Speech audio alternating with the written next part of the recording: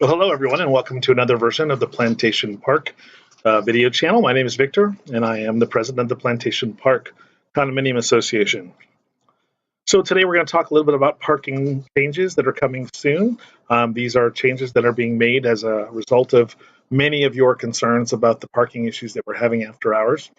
As we become continually more successful and our occupancy grows to almost 100%, we are starting to feel the pinch when it comes to parking, and this is something that is very similar to what we have had happen back in 2000 as the complex became fully occupied as a rental unit. So this is not something that's new. It's just that now that we are having such high occupancy, we are starting to see some parking issues.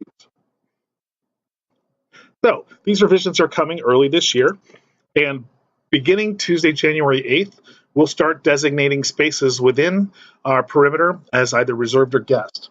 Now, this process, it's a process. You won't have to comply until later until February. So this process just begins in January. So you'll start to see these changes coming into effect January 8th as we start to prepare for this. If you're going to be parking in any space that's labeled or marked as resident, and that is the majority of our property, they will be labeled clearly as resident. You will need to get a new parking decal from the office, and we'll talk about that and how a little bit later.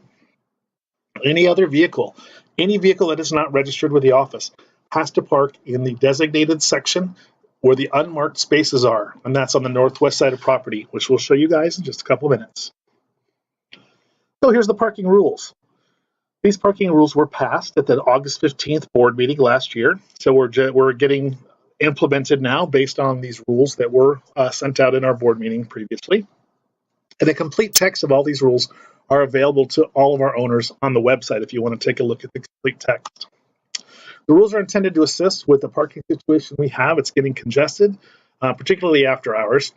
There are no additional locations that we can create additional parking. Believe me, I would love to do that. If we could, we would, but our property simply doesn't have space for that.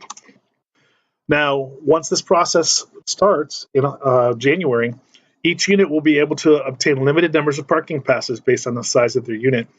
So if you have a one-bedroom, you'll be able to get 2 vehicles, 2-bedroom, 3 vehicles, and 3-bedroom, 4 vehicles. And that parking permit or sticker, see a little bit copy of it down there in the corner, that green item is what the sticker is going to be required on your vehicle. Okay, so additional parking rules. If you have a vendor or if you have a guest, they are allowed to park in any parking space on property.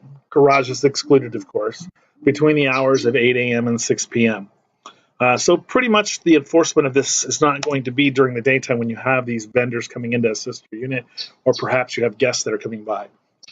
However, between 6 at night and 8 in the next morning, if you're parking any space that is parked or is designated as a reserved space, your vehicle will be towed at your owner's expense. So it's very important that we get this information out to everybody on property, especially if you have renters.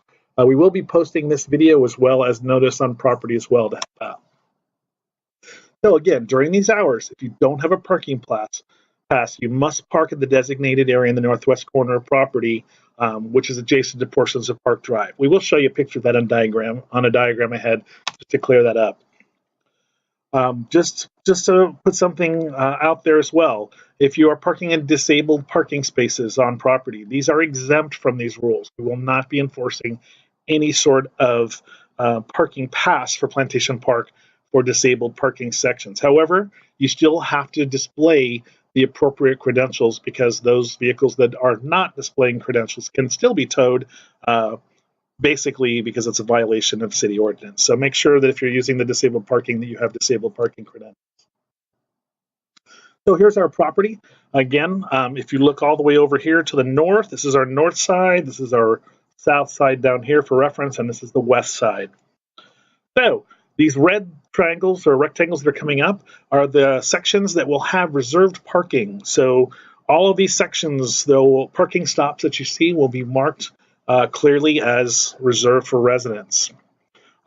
Adjacent to Sea Drive, or the jet ski drive down here on the extreme south side of property, as well as the section that is along the restaurants on the west side of property, there are no parking stops there. There's a lot of parallel parking. So Parallel parking spots will be marked clearly as well. So you'll be needing to look for the clearly marked parking stops or the clearly marked parking spaces if you're parking parallel. This blue section that's just come into play, that is the section that is adjacent to Park Circle here as we come around.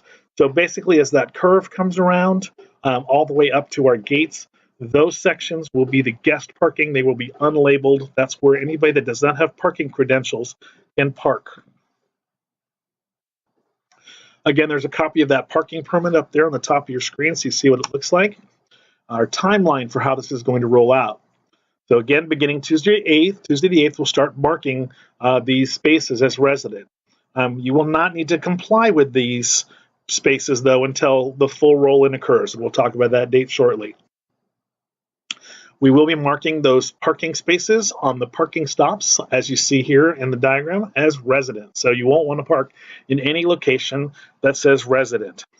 If by any chance there's an area that doesn't have a parking stop, then the concrete there in front of the space will be marked resident as well. So one of these any location that has no parking stop will be marked as we see in this diagram here. Owners can confirm their vehicles and obtain limited numbers of parking passes with proof of identity in person, at the office, or by U.S. mail. We will make it easy for you folks that are not going to be coming down here frequently to do this by mail. We'll put a link on our website for you to be able to do that, and instructions will be provided as well. If you're a renter, you will need to confirm that your vehicle is registered and obtain your parking passes in person at the office. You can also do that if you want to contact the owners. If owners want to maintain responsibility for this, by all means, you can do that. We are just here to assist wherever possible, but please let your renters know they will need to confirm their vehicles are registered and they must bring a copy of a current lease. If there is no current lease on file, we will not be able to issue parking permits. Vehicles must be stickered with a new parking pass before February 18th. February 18th, after that date, that's the date when we will start the towing process for vehicles that are not clearly permitted for parking within our community. Any additional information? Now, these stickers are going to be needed to be displayed next to the access barcode on every vehicle. So if you currently have a barcode that allows the gate arms or the gates to swing open, you will need to attach this new parking sticker right next to that parking barcode that you have. If you do not have the access barcode, then please place your sticker in the same location where that access barcode would be. Some of you have elected not to have the barcode access to the community. You continue to use the proxy card or use the call box to get someone in. If that's the case, then you'll still need to make sure that these new parking passes are placed in the same location as the barcode. If your vehicle is not placed in the correct location, it might be missed by our towing company. So if it is not placed in the correct location, you will still be responsible for the expense of the towed vehicle. Now, our association office will have exception hang tags for specific locations. There's always certain situations that will pop up. Let's say you're using a rental car, or perhaps your vehicle's in the shop and you need to have a temporary permit issued. We will have limited numbers of these in the office, and those will be available through our association manager.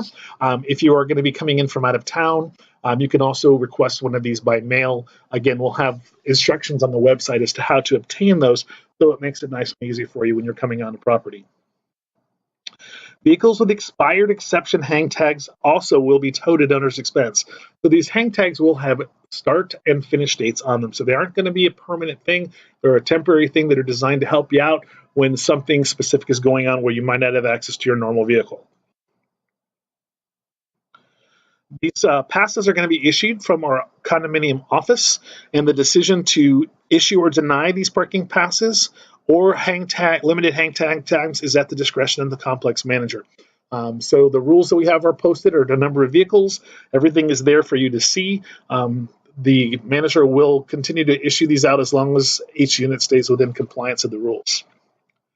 Now, if you are going to be bringing commercial vehicles on property in excess of 6,000 pounds, keep in mind these will not be granted parking stickers at any time.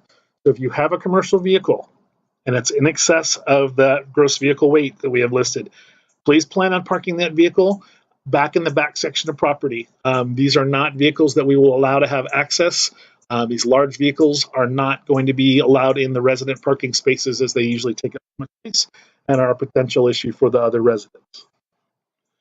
Now, if you have any concerns about the decisions that are made at the office, perhaps you don't feel this is correct or you need an exception made for a specific circumstance, then any request can be made in writing, and it will be submitted for the next available board meeting for the board at large to decide if you have a specific request for exception or a specific situation that you'd like addressed. Okay, so that's the gist of it in summary. Don't forget, starting in February 18th, if you have a parking spot that's labeled like any of the ones above, those will require the green sticker that you see to the right, and you will need to park any other vehicles after hours between the hours of 6 p.m. and 8 a.m. up in that northwest corner that have unmarked spaces. As always, if you have any questions, please call the office at any point. The office staff will be glad to assist you, or visit plantationparklbv.com. That will redirect you to our new and improved website. We hope everyone's having a wonderful winter and that everything's going well for you and for your families.